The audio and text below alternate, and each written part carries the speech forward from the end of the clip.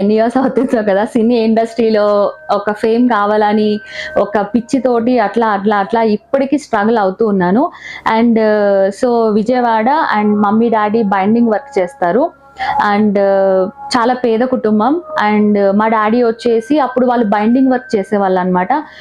అప్పట్లో అంటే ఎన్ని ఇయర్స్ బ్యాక్ స్టోరీ గదా! సో, 100, 150 వస్తే గూడా మా డ్యాడీ డ్రింక్ చేయడము, తర్వాత డ్రింక్ చేసి ఇంట్లో గొడవ చేయడము.